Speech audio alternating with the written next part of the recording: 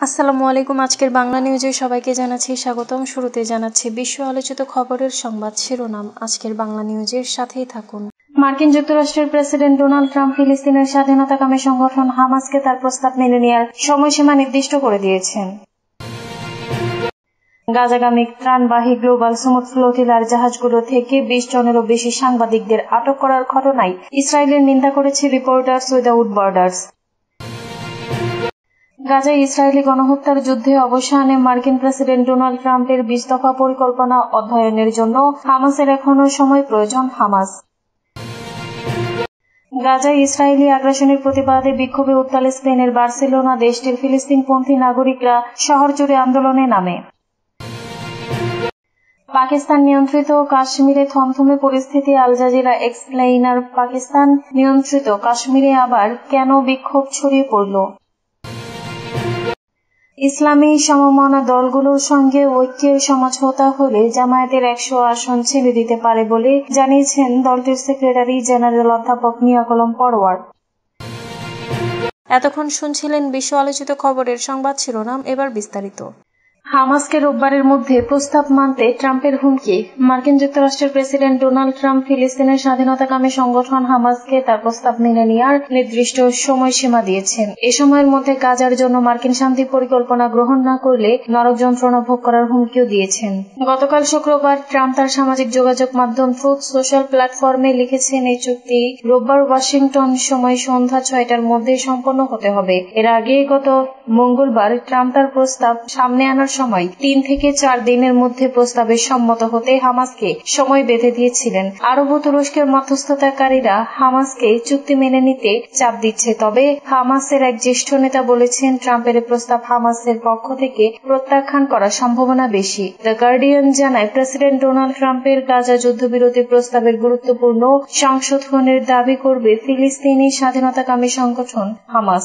একই সঙ্গে আলোচনা আবার শুরু করার ভিত্তি হিসেবে পরিকল্পনাটি গ্রহণের সম্ভাবনাও রয়েছে। বিশ্লেষক ও হামাসের ঘনিষ্ঠ কয়েকটি সূত্র এমন আভাস দিয়েছে। হোয়াইট হাউস কর্তৃপক্ষ চলতি সপ্তাহের শুরুতে একটি 20 দফা বিশিষ্ট পরিকল্পনা প্রকাশ করেছে। ফিলিস্তিনিরা দীর্ঘদিন ধরে যুদ্ধ শেষ হওয়ার অপেক্ষায় আছেন। তবে ফিলিস্তিনের অনেকেই মনে করছেন, ট্রাম্পের এই পরিকল্পনা ইসরায়েলকে বেশি সুবিধা দেবে। ফ্লোটিলা থেকে 20 জনেরও বেশি সাংবাদিককে আটক করেছে ইসরায়েল।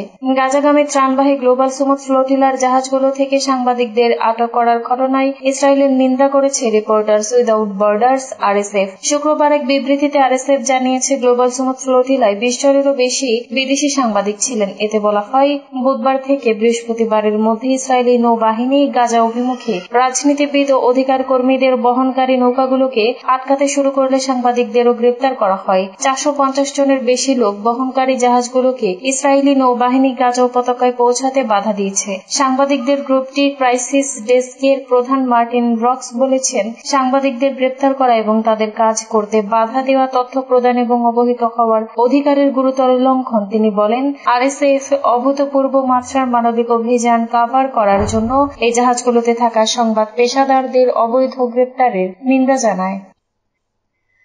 ট্রাম্পের 20 দফা পরিকল্পনা অধ্যয়নের জন্য এখন সময় প্রয়োজন। হামাস গাজায় ইসরায়েলি গণহত্যার যুদ্ধ অবসানের মার্কিন প্রেসিডেন্ট ডোনাল্ড ট্রাম্পের 20 দফা পরিকল্পনা অধ্যয়নের জন্য হামাসের এখনো সময় প্রয়োজন। শুক্রবার ফিলিস্তিনি স্বাধীনতাকামী সংগঠনটির একজন কর্মকর্তা এফপিকে একথা বলেছেন। সম্প্রতি হোয়াইট হাউসে ইসরায়েলি প্রধানমন্ত্রী বেনিয়ামিন নেতানিয়াহুর সঙ্গে বৈঠক শেষে ট্রাম্প এই প্রস্তাব ঘোষণা করে।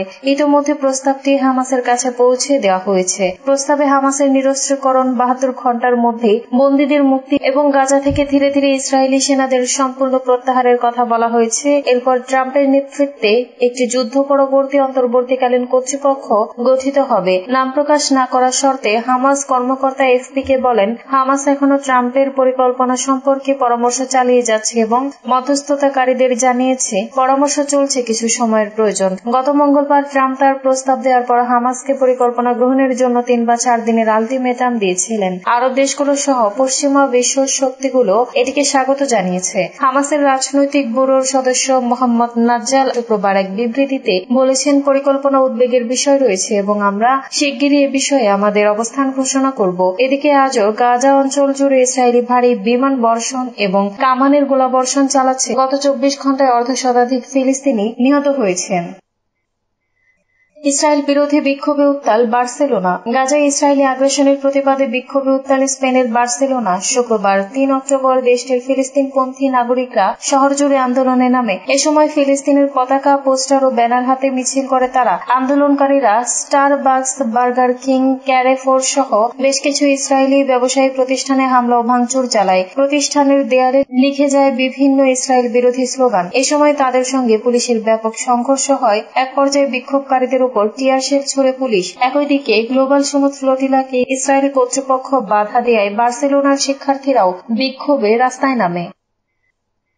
পাকিস্তান নিয়ন্ত্রিত কাশ্মীরে আবার কেন বিক্ষোভ ছড়িয়ে পড়ল? পাকিস্তান নিয়ন্ত্রিত কাশ্মীরে থমথমে পরিস্থিতি গতকাল বৃহস্পতিবার ওই অঞ্চল টানা চতুর্থ দিনের মতো অচল ছিল।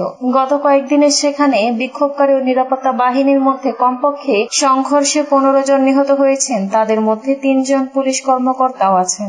কেন্দ্রীয় সরকার একটি আলোচক কমিটি গঠন করেছে। ওই কমিটির সদস্যরা গতকাল পাকিস্তান নিয়ন্ত্রিত কাশ্মীরের রাজধানী মুজাফফরাবাদ পৌঁছেছেন। কমিটি আলোচনার মাধ্যমে জম্মু কাশ্মীর জয়েন্ট আওয়ামী অ্যাকশন কমিটির সঙ্গে বৈঠক করবে। জেএসিসি হল এমন একটি সংস্থা যা ব্যবসায়ী ও নাগরিক সমাজ ভিত্তিক সংগঠনগুলোর প্রতিনিধিত্ব করছে।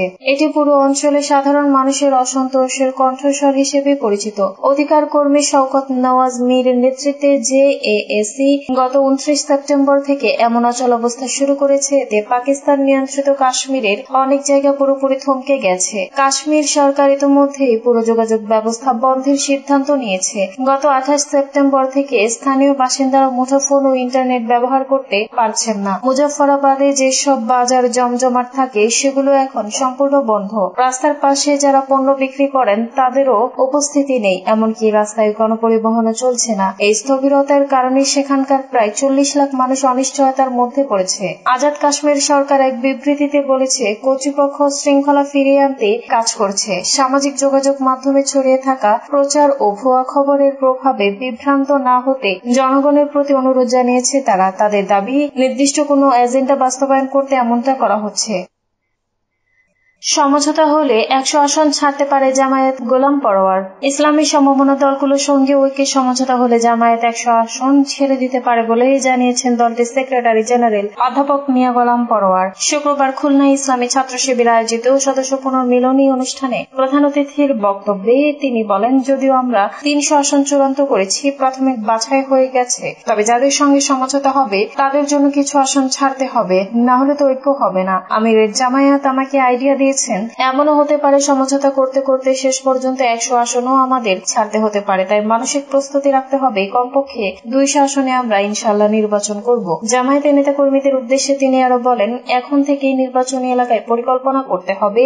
বাড়ি গিয়ে জনগণের সঙ্গে যোগাযোগ বাড়ানোর পরামর্শ দেন তিনি। পরে সাংবাদিকদের সঙ্গে আলাপকালে গোলাম পরোয়ার বলেন, ঐকমত্য কমিশনে তারা জুলাই সনদের আইনি ভিত্তি চেয়েছে, তবে একটি বড় দলের বাধার কারণে জুলাই সনদ বাস্তবায়ন বাধাগ্রস্ত হচ্ছে। তার দাবি, ওই দলটি মৌলিক সংস্কার চায় না,